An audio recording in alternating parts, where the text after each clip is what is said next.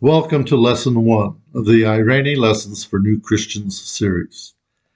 This lesson will teach you how to look up passages in the Bible and give you a basic understanding of how the Bible is organized. By the end of this lesson, you will be able to look up Bible passages that other people share with you and have a basic understanding about what you are reading. The first thing to understand about the Bible is that it isn't a single book. The Bible is a group of 66 smaller books written by many different people that were put together into one book.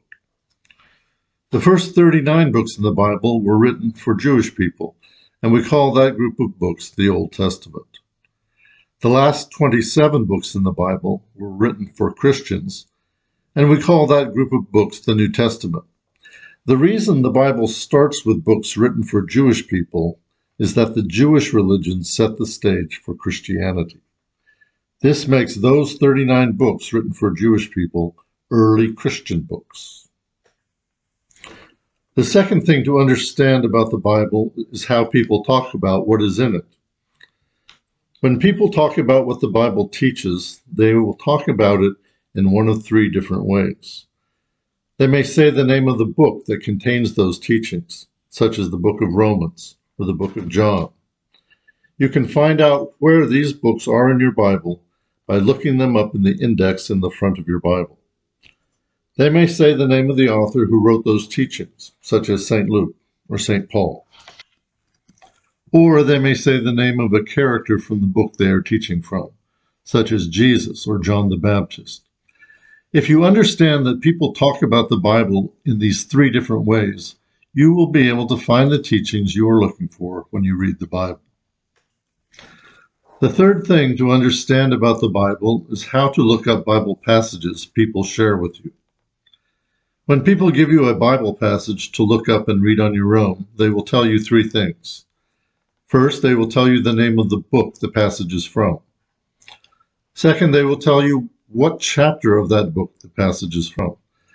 Third, they will tell you what verse or verses from that chapter the passage is from.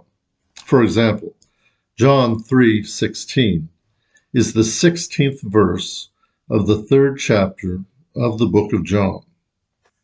The fourth thing to understand about the Bible is there are many different translations of it that are accurate.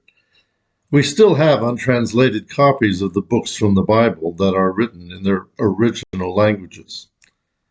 People who made the translations of the Bible we have today translated them from these books. Sometimes translators adjust the wording of what is in these original books to make their translations easier for people to understand, but the spirit of what the Bible teaches isn't changed in these translations. When people recommend that you read a certain translation of the Bible, they will either give you the name of the translation or give you an abbreviation of the translation's name. For example, someone might tell you to read the New International Version of the Bible, or simply tell you to read the NIV.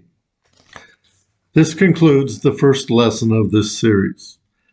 Now that you know the difference between the Old Testament and New Testament, understand the different ways people talk about what is in the Bible, know how to look up Bible passages when someone shares them with you, and understand the different translations of the Bible, you have the basic tools to begin your Bible studies.